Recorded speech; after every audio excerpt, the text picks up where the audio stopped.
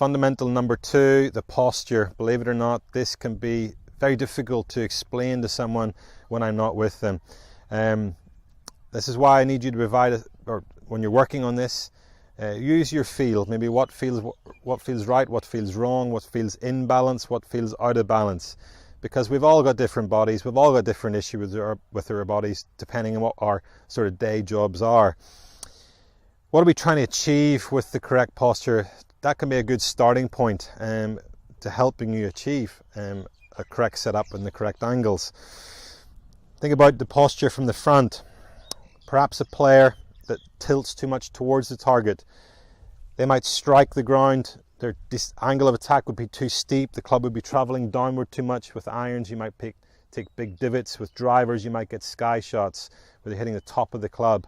Player that would lean too much away from the target, you might not get enough angle on the ground, hitting clean shots, hitting up on the ball too much. So setting the correct angle from this look can be important to encourage the correct angle of attack onto the ball. The angles we create at setup is all about encouraging a good swing plane. So let's say we were hitting a golf ball that's up here in the air. We might stand up in a vertical position, giving us the best chance of having the club swinging around us, striking the ball that's in the air. So that's what we would do if the ball was up here. If the ball's on the ground, we're trying to create the best angles that encourages a swing plane which is somewhere between vertical and horizontal, giving us the best chance of swinging on plane and delivering the club to the ball with the club traveling in the direction of the target. That's why the angles from setting the correct angles in the posture is so important. It's why what we would call the tilt, the side bend to the body is important, helping create the correct angle of attack.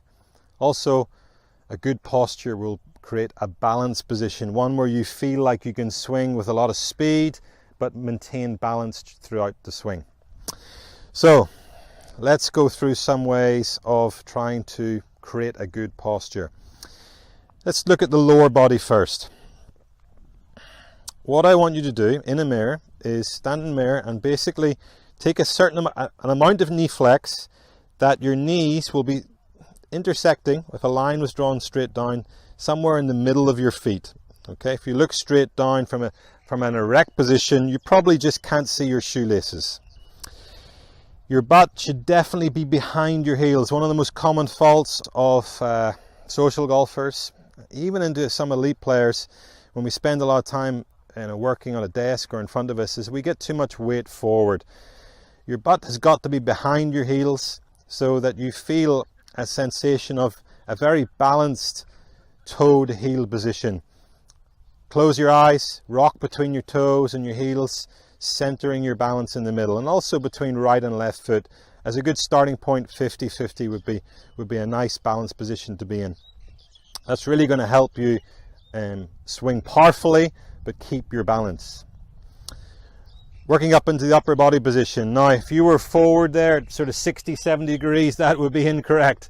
If you're up there at 20 degrees, definitely incorrect. We want to be somewhere in the middle. Again, there's two things. One, a feel that gives you the best chance of swinging on plane.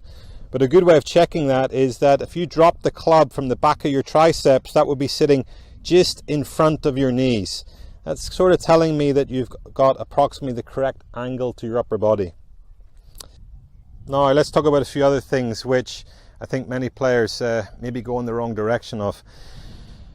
We want to create a nice neutral lower back. So we don't want really any curving of the lower spine. We don't want any arching of the lower spine. This is where we need to be in control of our pelvis. Now I'm talking about the ideal position. There are, depending what your day job is, there's a lot of people that this pelvis movement is a little bit frozen. Maybe by changing it, you put yourself in such an uncomfortable position you simply can't play. So that's you probably need to do a little bit of exercise, try to gain control over your pelvis. But what we're trying to achieve is a nice neutral lower back, a flat lower back. Working into our shoulders, again, ideally, we want our shoulders to be back, so there's not too much curvature to our upper spine. Ideally, this is the best position to rotate from, helping us create rotation, power and speed. But most of us, including myself a little bit, through our daily jobs, doing things in front of us, driving cars, cell phones, computers, digging roads, whatever you're doing, we start to get a little bit more rounded. Our shoulders come forward, our neck comes forward. It's not ideal, but truthfully, if this is your normal position and you try to pull yourself back into this position, you feel like you can't swing. Again, if you're really serious about your golf, you probably want to look at improving your posture for your golf and for our daily life. I could really do with a little bit of that. So my rule would be is you want to try to pull your shoulders back with your arms on the side of your chest as much as you can, but within comfort, a position that you feel like you can rotate, pivot, create some speed. If you're going way outside your comfort zone to try to create a picture perfect posture, an Adam Scott posture, then you probably won't play very well.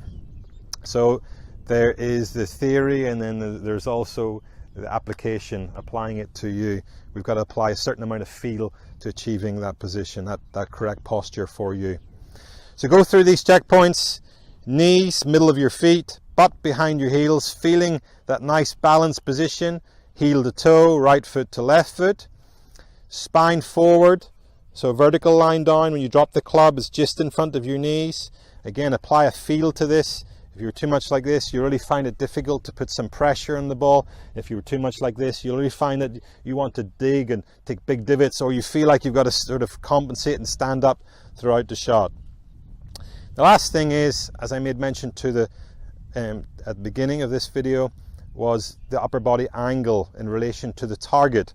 This will change club to club. So with a driver, you'll want more angle, encouraging an upward angle of attack. That's where we can get maximize our distance. With a sand wedge, you'll probably want to be a little more centered because we're striking more down on the ball.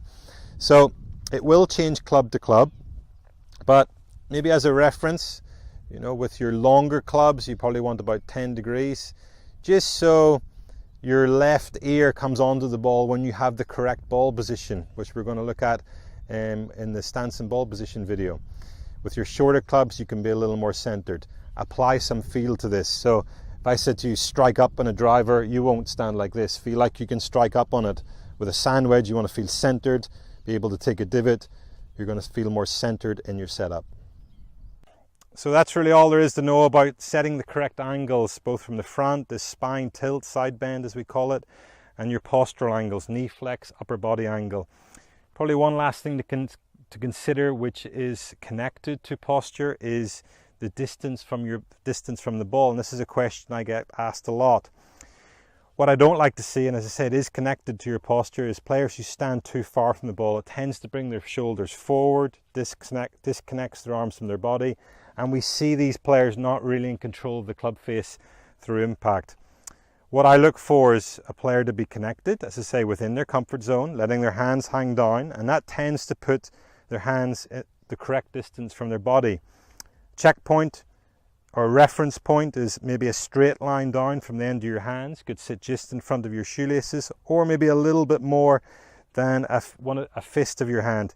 There's no exact position. Again, as I've said many times here, we've got to add a little bit of your own feeling to that.